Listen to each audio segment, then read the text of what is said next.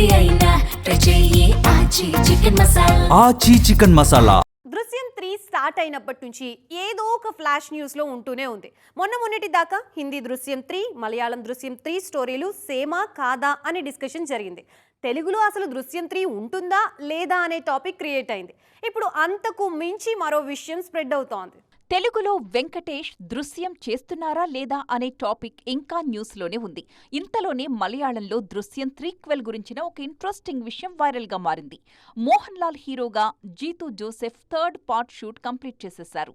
Mohan Lal and team cake cut చేసి shooting pack up అని announce చేసినప్పుడు అంతా ఆశ్చర్యపడ్డారు. అసలు షూటింగ్ ఎప్పుడు చేశారు, ఎలా పూర్తి చేశారు, కొనసాగింపుంటుందా అని బోలెడన్ని అనుమానాలు. ఇదే ఫైనల్ పార్ట్ అంటూ క్లారిటీ ఇచ్చేశారు కెప్టెన్. ఏప్రిల్ 2న దృశ్యం 3 రిలీజ్కి రెడీ. నెవర్ బిఫోర్ అన్న రేంజ్లో రిలీజ్ చేస్తామంటూ అనౌన్స్ చేశారు మేకర్స్. ఇప్పుడు ఈ డేట్ మీదే అసలు చర్చ జరుగుతోంది.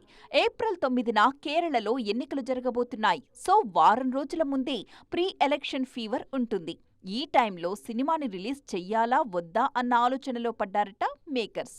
సమ్మర్కి దృశ్యం 3 పర్ఫెక్ట్ మూవీ. ఫ్యామిలీస్తో చూడదగ్గ థ్రిల్లర్ అని అనుకున్న మూవీ లవర్స్ సినిమా వాయిదా పడే అవకాశాలున్నాయన్న మాట విని డీలా పడుతున్నారు. వాయిదాను మేకర్స్ త్వరలోనే అఫీషియల్గా ప్రకటించే అవకాశముందని, మరో మంచి డేట్ని ఫైండ్ అవుట్ చేసే పనిలో ఉన్నారని అంటోంది మాలీవుడ్.